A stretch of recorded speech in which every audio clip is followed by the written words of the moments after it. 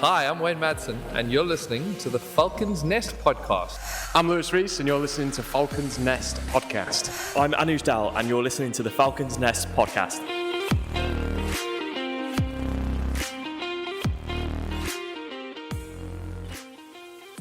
Welcome back to the Falcons Nest podcast. I'm joined by Derbyshire Falcons skipper for the One-Day Cup, Brooke Guest. How you doing, mate? Very well, thanks. How are you? Yeah, very well. August cricket, generally, just a brilliant time, really. The One-Day Cup, I know, kind of competing a bit with the 100 at the moment, but it is a brilliant competition, and it is such a great format to kind of watch and I guess to play in as well. Yeah, definitely. We've obviously played 2 games so far. We've had one really good result against Notts here, in a really good game to watch as well. The game ebbed and flowed, particularly in that first innings. Obviously, we got off to an okay start, but then obviously the back end of the innings we dominated through two big partnerships and that. And I think that's the beauty of one-day cricket. The game can ebb and flow so much, and you can have a bad 5-10 overs and still come out on the right side of a result. Obviously in T20s it can be a bit more, you have to go through a bad period and the game can get away from you quickly. Whereas in one-day cricket there's a lot of time to fight back in games and build back momentum, which is what we did in this game, and we did in times in the first game as well. So I think that's really exciting to watch in one-day cricket. It is a bit of a hybrid of the 4-day game and the T20, and there's that momentum changing. It's exciting to play in, and I'm sure it's exciting to watch as well. Yeah, like you said, it is a hybrid. That even the casting back to the game at Cheltenham, 340 chase, needing 8, 9 and over, 20, 25 overs out.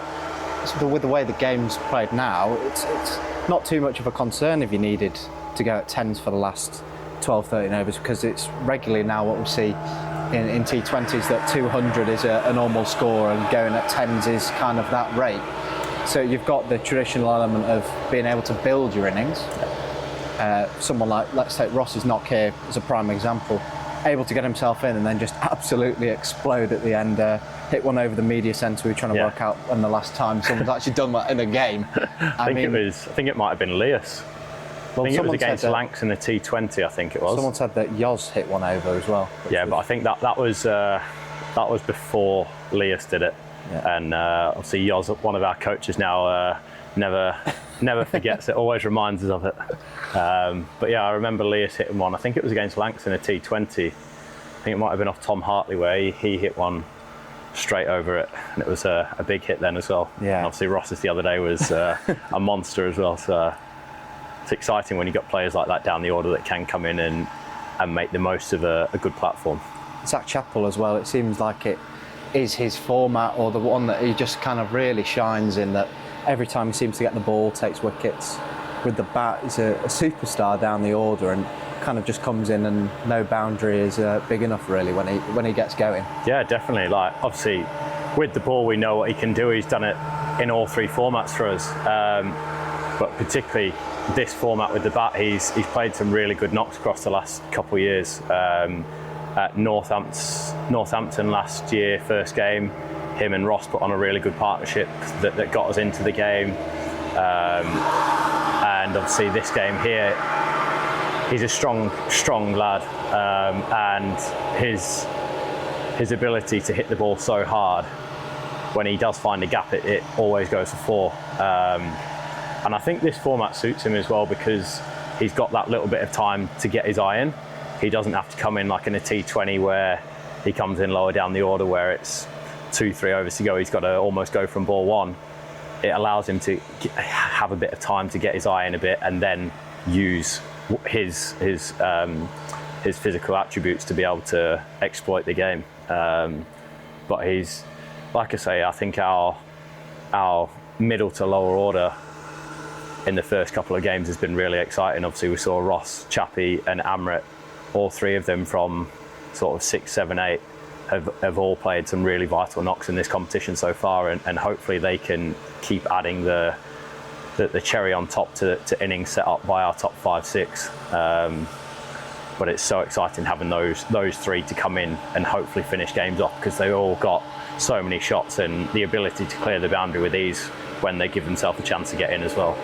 You talked about Amrit, and the One-Day Cup over the last few years has been kind of the competition really where players on the fringes of the 18 county squads, or in Amrit's case through the Saka programme, have been able to get opportunities, and Amrit in the couple of games really grabbed it by the scruff of the neck. But look back at Harry Moore last year getting an opportunity. Yusuf has shown his ability when he's played. As much as it's not great when you lose a player like Wayne and Nye and Pat, but it giving players an opportunity to stand up and really kind of show their worth. Yeah, definitely. Like I say, it's unfortunate that we do lose players like that, but it gives that opportunity for these young lads to come through and put their foot down for a bigger contract in futures to come, in years to come, should I say. And a lot of our lads in the last few years, like you say, have come in and done a really big role. Like you say, unfortunately, he's obviously been injured before the competition this year, but someone like a Mitch Wagstaff, he started in this competition a few years ago now and really showed what he can do. And we've seen a lot of glimpses of that since as well in him. Obviously, Harry Moore started in this competition. He's played in the 4-day comp now and done really well there, and obviously earned his call up to the England Lions and things like that.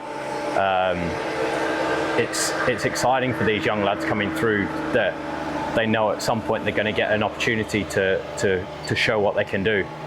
And I think that's the beauty of this competition, is that these lads will get that chance, whereas in past years, because you've had all your players playing all three formats at times, some of those fringe players never really had the chance to try and put their name forward and get that opportunity to show what they can do.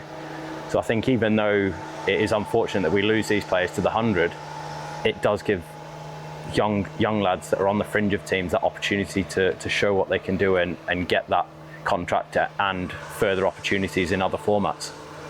Yeah, prime examples this year, look at Leicestershire, Alex Green, 2 fifers in 2 games. Thomas Rue, even throwing back James Rue, kind of really made their name. And James Rue, something, I think he's only 21 and he's already made about 12, 13 first-class centuries.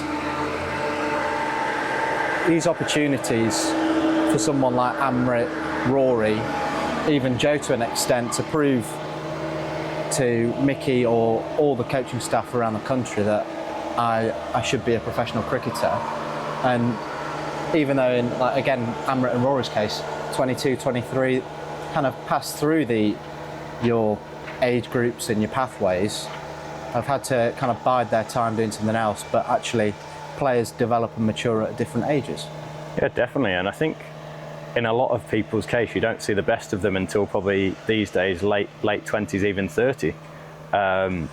So the fact that these players have gone through a pathway and that and not been contracted straight away, or have had a contract and fallen out of it, it just shows that there are opportunities to get back into professional cricket through, like say, the Saka programme, or even good performances in minor county stuff, or even doing really well for your club side.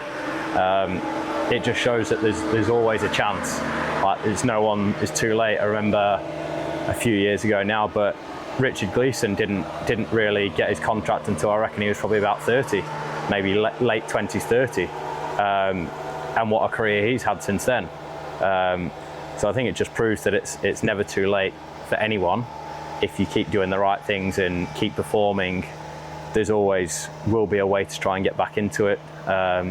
Especially with second team cricket these days, you see a lot of teams having a fair few trialists and that coming in to obviously fill teams, but also to try and earn contracts. So there's always, it seems almost like there's more opportunity now through second team cricket for those trialists or lads that haven't got a contract to push their case.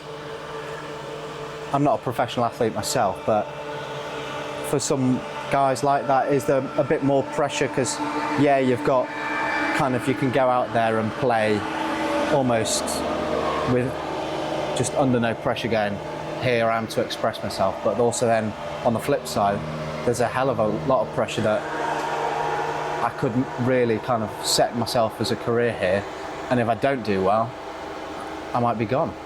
I think it's a massively mental thing, and it's how each individual takes it and how they use that pressure.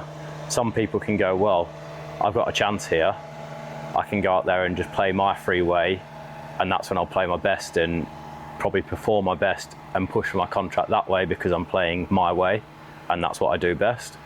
Other people will put themselves under a lot of pressure and go, I've got to score runs, I've got to take wickets, and it can work for some people, but it can also backfire. I think I've seen people come into professional cricket both ways. I've seen people that have come in and put themselves that much pressure on their pressure on their wicket that they've gone, I'm not getting out today. Particularly in the red ball side of things, they've come in and done that and batted all day because they've gone, I'm not getting out. I don't care how many runs I score batting a full day, but I'm going to bat a full day and things like that. And I've seen the opposite where people have come in and gone, I'm going to show what I can do.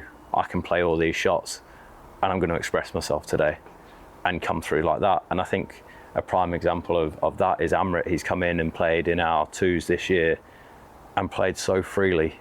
He's obviously a magnificent ball striker as it is, but he plays with such freedom. I'm not saying he doesn't put any value on his wicket by any means, but he plays that free way, he plays his way, and he does that so well. And I'm so happy for him that he's obviously come through this year and earned his chance. And so far he's taken it with both hands, and if he keeps going how he is, I'm sure that there could be a contract for him next year. Obviously Rory, in the 2 games he's played as well, he's bowled outstandingly well. In the first game he bowled 9 overs for I think 40, maybe just under 40, and in a game where they scored 340 or so. So he's done his role in 2 games. Amrit's done his role. Joe in the first game on another month contract came in, didn't play as big a role, but bowled 4 overs for I think 20 maybe on a smallish outfield where spinners could have got taken down. These lads have taken their opportunities and they're really pushing for that professional role, and they've done it their way, which is really pleasing to see. Rory's been brilliant to watch opening the bowling to Ben Slater and Haseeb Hameed here at the Central County Ground. 2 players who list day averages are just extraordinary, really, and Haseeb Hameed really struggled opening up. What's it like keeping to him? Because it seems that it hardly gives anything away. No freebies, attacking the stumps, challenging that outside edge all the time, relentlessly, and it looks like he has a good zip through as well. Yeah, definitely. Obviously, he's that's what he's so good at, is being really disciplined, and that's the one reason why we've brought him in here. He's not necessarily the out and out quick, but he's very disciplined in what he knows he can do. He knows that if he lives in around the top of off for long enough, then he's either not going anywhere and he'll build pressure, or eventually he'll take wickets. He's got a knack of taking wickets as well. Obviously, we saw in that first game he got a big wicket in Cameron Bancroft in that first over, where he knew what his plan was. He knew how he was going to go about it, and he executed it beautifully. And even for the rest of that game, he just lived around the top of off stump. No matter what the situation, really, he backed his strengths. And that's the thing, like we said before, about these lads coming into the game or into the professional game a little bit later. They're more aware of what their strengths are. When you get some younger lads coming in at 17, 18, they've got a lot of attributes to them, but they don't always know what the best thing at that time of the game is. Whereas these lads that have come in slightly later have played a bit more now. They understand their game a little bit better and they can really back what their strengths are. And Rory's a prime example of that. And obviously, hopefully for the rest of this competition, he keeps doing what he does best, and doesn't go away from that, because what he does is more than good enough. And that's not taken away from what he can do, because he's got good skills. He can get the ball to zip through a bit as well, but the fact that he keeps everything so simple is one of his strongest attributes. I want to come on to talk about yourself. Captain, keeper, pivotal role in the side with the bat. how do you deal with all of that kind of going on, and then maybe when the wheels fall off ever so slightly with bowlers, you're stood almost 60 yards away from Rory at the top of his mark, or Ben or Zach or whatever, trying to communicate the messages. How do you kind of deal with all of that going on? I think obviously, like you say, it's difficult in that sense that I can't be stood next to them or talking to them. But the one thing that I try to do with our bowlers particularly is have a really strong message before each over or before their spell, and almost talking about a backup plan as well, as to, because I can't be there trying to discuss it with them at the top of their run-up every ball, having that backup in the back of their mind as well that we've discussed either during the week or the over before, to what they can turn to if they need a backup plan, and plan A isn't sort of going to plan at the time. Like I say, it's difficult because obviously at times batsmen can do different things as well, or conditions, wind factor and things like that can play a big difference as to which boundary we're trying to get hit to or how we're trying to take wickets on the day. But the other benefit is obviously having people like Ross Whiteley in the side, who's played a lot of cricket. I've tried to get him to be around mid-off, mid-on for as long as we can in our innings, obviously using his experience to talk to the bowlers and to get the right messages across. So it's really beneficial. As much as we are a reasonably young side, we've still got a bit of experience in there. Even the likes of like Zach Chappell now, who's played a fair bit of cricket now, he's got a lot of experience to turn back to and can help the other bowlers as well. So having those couple of players being around the bowlers at the top of their run-up definitely helps that as well, in terms of keeping them calm when the pressure is on. And on your keeping as well, it seemed like yourself and Tom Moores were kind of trying to have a competition of best catch of the day. Very, very fit bloke you are, kind of fitness-wise, to be able to keep for 50 overs and then kind of at Cheltenham glue the innings together. And then the mental side, how do you kind of stay focused? Because some of those takes were remarkable and they're flying through and switching on, having the processes of what might the plan be to the next two batters who are coming in. Have you got a process that you try and compartmentalise everything and try and simplify a bit, in a way? Yeah, obviously there's a lot of thinking that goes into obviously captaining and like you say, trying to be 2 steps ahead in the game, thinking about who's coming in next, or for example how we're getting this batsman out, whether it's we're building pressure on him or this is a plan to try and get him out right now, and how we're going to execute that. But I think obviously having it's similar to obviously when you're batting as well, you have that long-term plan of where we want to be in 5 overs or whatnot. How can I switch off from that when the ball's coming down? And it's the same when I'm keeping. Obviously that bowler started running in halfway through their run-up, it's right, flick the switch, watch the ball, and try and shut everything else out of your mind, watch the ball. And then obviously once the ball's come through or gone off and that's when obviously you kick back into thinking about what the plan is coming up for the next 5-10 overs. But I think having that switch between balls is really crucial. Obviously when you're not captain, and the switch becomes a lot easier because you can switch off a bit more and just sort of shut down your brain and focus on something going on in the distance or whatever. But obviously captaining, you're always thinking about what's coming next and that. So at the end of the days, it can be particularly 50 over cricket because they can be quite long days, particularly if you bat for a long time as well. Mentally, they can be quite tiring. But I think for me, it's about how can I leave as much of what I've got out on that field, because at the end of the day, once the game's done, I can't change anything. It's about how I can change that game now. And if I'm absolutely knackered by the time I come off the field, I'm not bothered. Hopefully we've come off with a win and it's all worth it. Finally, I want to talk about Repton coming up on Friday. It's going to be a great game, sold out crowd, and a very interesting ground to play at as a kind of historical value, a lot of Derbyshire players have come through being at Repton School. Ross, Yusuf, Harry, but also a very interesting ground for players in terms of the dimensions. And fair to say, don't think I'd want to be a bowler on Friday. Yeah, no, it is going to be a great moment for the club and obviously for the school as well.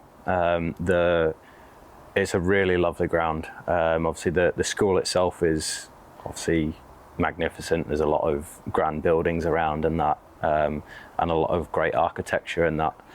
The ground itself is obviously really nice as well. There's parts of this ground that are quite small as well. Obviously, we've played a couple of twos, T20s there. And obviously in one of them, I think we played against Notts and they scored 250 or so. So it's... And we nearly chased it.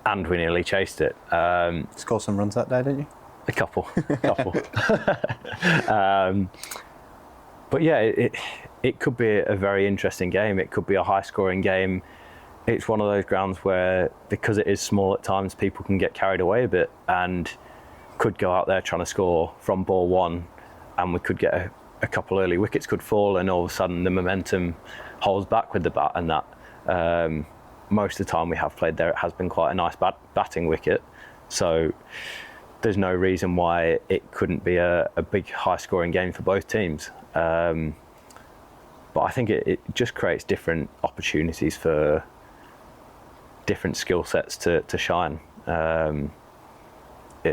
With the bowling, obviously you're going to have to be really on song. I think the batting for both teams will take care of itself, but if someone with the ball can really stand up and bowl their socks off and have a really good day out of the ball, that could be the difference in the game. I think the new ball will be, for both sides, will be really pivotal. If obviously, yes, there's only 2 out in the power play, but if you get a couple of early wickets, it can halt that momentum. And it's going to be a tough game to call on what the scores are going to be. Like I say, the pitch there tends to be quite good, and I think it's going to be an exciting game. And obviously, like you say, for the school, it's quite a big moment hosting the first team game as well. I think that's so exciting, and the fact that it's our home game as well, and a few of our lads potentially could be playing in that have come through that school as well. So it's a big moment for the school, and it's history.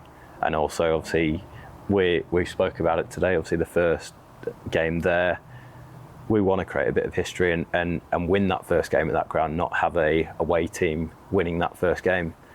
Obviously, that comes down to our processes going into the game and that, but it's a big thing for the school, but it's also a big thing for us wanting to write history as being the first team that did win a game at Repton.